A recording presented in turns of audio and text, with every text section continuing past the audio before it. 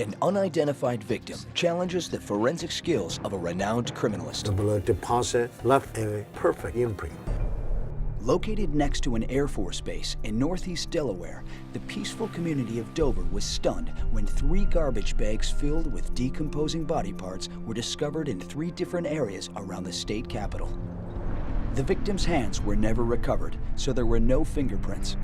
DNA testing was not yet standardized, so investigators feared they might not be able to establish the most important piece of information in a homicide case, the victim's identity.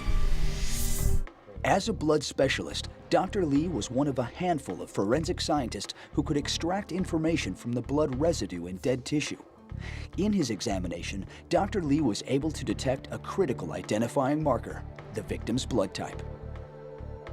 Christy Shipley told police she and Bill sometimes quarreled, and he often went off for days at a time to cool down.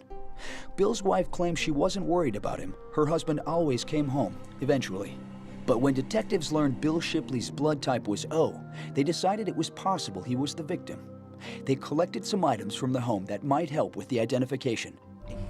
Another link was discovered in the house, a baseball cap. So they took the baseball hat, which had some of Bill's hairs. They used those as the known hairs, and they compared them to the hairs that they find on these decaying body parts in these 3 bags, and show that, yes, microscopically, they're similar. At the Shipley home, Detective Shaner and Dr. Lee began to reconstruct the case.